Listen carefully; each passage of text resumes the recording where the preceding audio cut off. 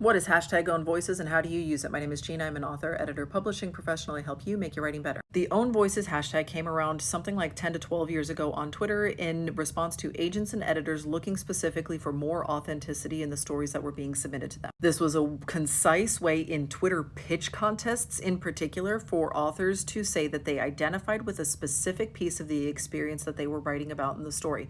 And you can understand that most of the time we are talking about marginalized experiences. So the example in this comment says, if I were an LGBTQ author, would I then say own voices and everyone is going to assume that my character is LGBTQ or I'm writing about an LGBTQ experience?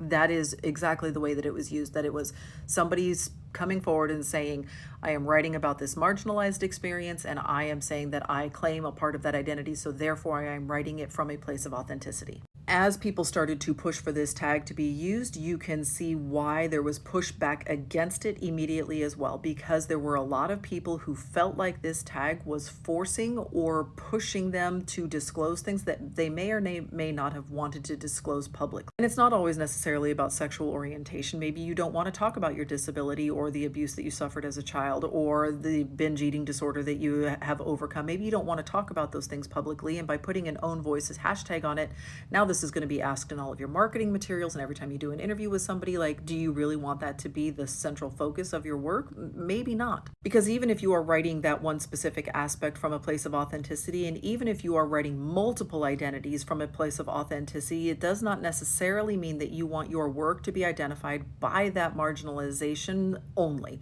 or even primarily.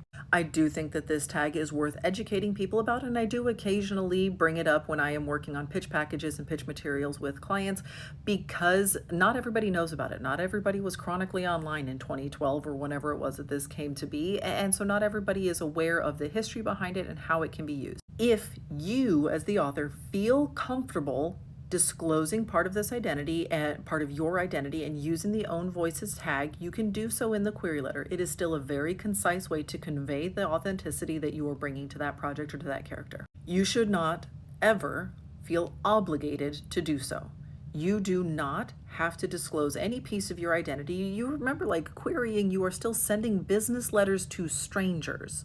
So you are not under any obligation to disclose or to dig into your trauma or to dig into things that you feel private and sacred about. Like, you don't need to do any of that if you don't want to. This is totally and completely voluntary. Anybody who forces you to disclose, that should make you feel a little bit squicky. But if you feel confident and comfortable and this is something that you do want to bring to the conversation, you are welcome to do so.